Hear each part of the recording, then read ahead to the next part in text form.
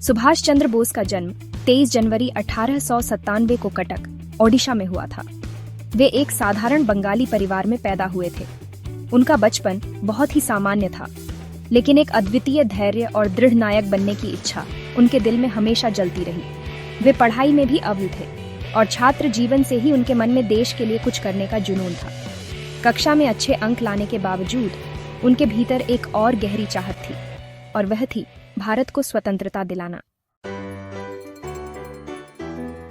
सुभाष चंद्र बोस ने अपनी शिक्षा की शुरुआत कटक से की और फिर कलकत्ता विश्वविद्यालय से स्नातक की डिग्री हासिल की। इसके बाद वे इंग्लैंड गए, जहां उन्होंने कैम्ब्रिज विश्वविद्यालय में अपनी पढ़ाई पूरी की। यहीं से उनका भारतीय राजनीति में भाग लेने का फैसला हुआ। उन्होंने महसूस किया कि केवल पढ़ाई से ही कुछ नहीं होता, उन्हें भारतीय स्वतंत्रता संग्राम में अपना योगदान देना था। वीडियो पसंद आ रहा है तो कृपया हमारे चैनल को सब्सक्राइब करके हमारा समर्थन करें।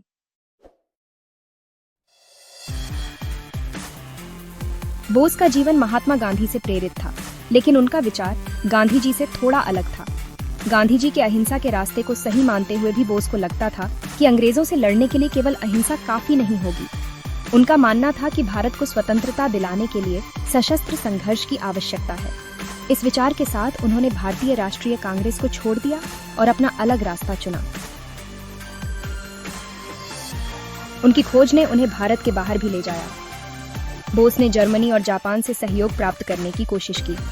उन्होंने 1942 में भारतीय राष्ट्रीय सेना का गठन किया और जापान के सहयोग से ब्रिटिश साम्राज्य के खिलाफ एक सशस्त्र संघर्ष शुरू किया।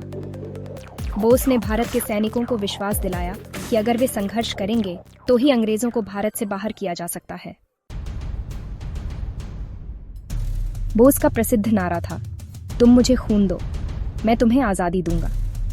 यह नारा भारतीयों के दिलों में गहराई से बैठ गया और उन्हें स्वतंत्रता संग्राम में भाग लेने के लिए प्रेरित किया। उनका यह आह्वान भारतीय जनता के लिए एक नई उम्मीद का प्रतीक बन गया। बोस के नेतृत्व में भारतीय राष्ट्रीय सेना ने ब्रिटिश साम्राज्य के खिलाफ कई सफल लड़ाइयां लड़ी। उनका संघर्ष देश की स्वतंत्रता के लिए अनमोल था और उन्होंने ब्रिटिश साम्राज्य के खिलाफ एक महत्वपूर्ण मोर्चा खोला।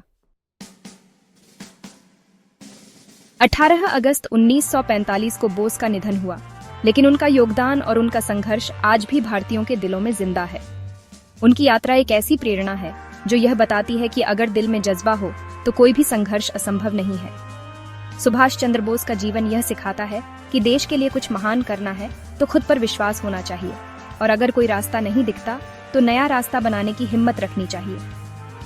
सुभाष चंद्र बोस की यात्रा हमें यही सिखाती है कि जीवन में अगर उद्देश्य स्पष्ट हो और उसे प्राप्त करने का जुनून हो तो हर कठिनाई को पार किया जा सकता है। उनके जीवन का संदेश आज भी हमारे दिलों में गूंजता है और उनकी प्रेरणा हमारे जीवन को दिशा देती है। सुभाष चंद्र बोस का जीवन संघर्ष, समर्पण और साहस की मिसाल है।